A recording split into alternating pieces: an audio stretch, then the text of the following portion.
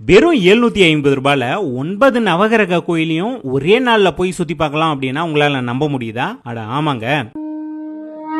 தமிழ்நாடு அரசு போக்குவரத்து கழகம் சார்பில் பொதுமக்கள் பயன்பெற வகையில ஒரே நாள்ல 9 நவகிரக கோயிலை சுத்தி பார்க்கிற மாதிரி சிறப்பு பேருந்து ஏற்பாடு பண்ணியிருக்காங்க.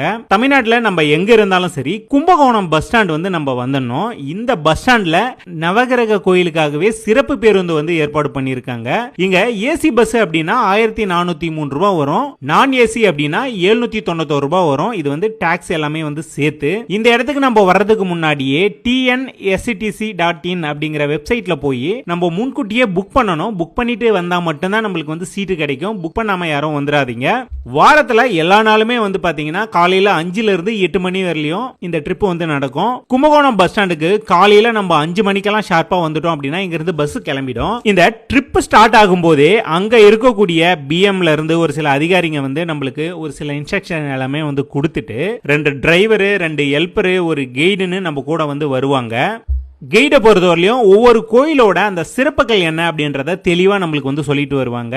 இந்த ஆன்மீக டூர்ல நம்ம முதல்ல போனது சந்திர பரிகார ஸ்தலமான திங்களூர்ல இருக்கக்கூடிய கைலாசநாதர் கோயிலுக்கும், இரண்டாவதா குரு பரிகார ஸ்தலமான ஆலங்குடியில இருக்கக்கூடிய ஆபத் சகாஸ்வேரர் கோயிலுக்கும் நம்மள கூட்டிட்டு வருவாங்க. இந்த கோயிலுக்கு நம்ம வந்ததும் காலையில டிஃபன் நம்மளுக்கு ரெடியா இருக்கும். அதாவது இந்த ட்ரிப்ல வராங்க இல்லையா, யாராவது ஒருத்தவங்க பாத்தீங்கன்னா அன்னதானம் நம்மளுக்கு பண்ணுவாங்க.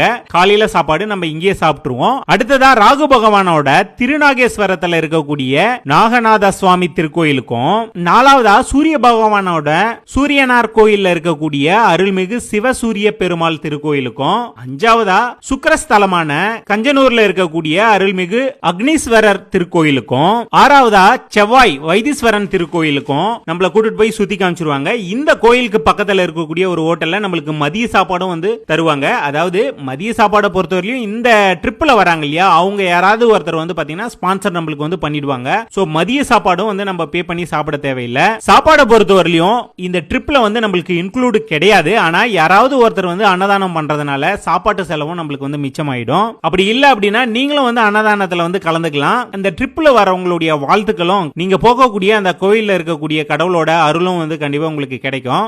ஏழாவதா கேது ஸ்தலமான கீழ்பெரும்பள்ளத்தூர்ல இருக்கக்கூடிய ஸ்ரீ நாகநாத சுவாமி திருக்கோயிலுக்கும், எட்டாவதா புதன் ஸ்தலமான திருவெண்காடுல இருக்கக்கூடிய சுவேதரண்யேஸ்வரர் திருக்கோயிலுக்கும், ஒன்பதாவதா சனி பகவான் இருக்கக்கூடிய திருநள்ளாருக்கும் நம்மள கூட்டிட்டு போய் அங்க சுத்தி காமிச்சிருவாங்க.